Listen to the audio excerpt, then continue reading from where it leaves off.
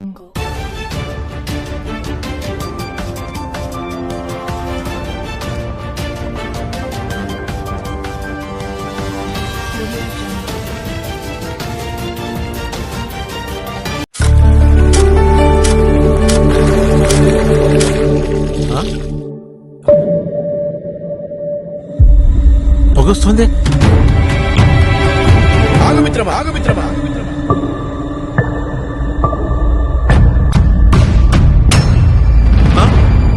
నన్ను చూసి కాదు రైతు సోదరా, నీ అజాగ్రత్తను చూసి భయపడు. నువ్విలా ఈ విద్యుత్ ఉపకరణాలను నేరుగా తాగడం వల్ల ఏమవుతుందో తెలుసా? ఏమవుతుంది? నువ్వే చూడు.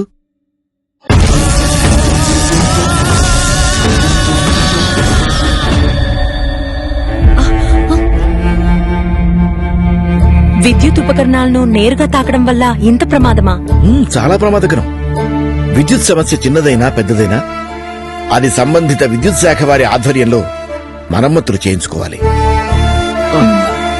అంతేకాదు, షాక్ కి గురైన వ్యక్తిని నేరుగా తాకకూడదు.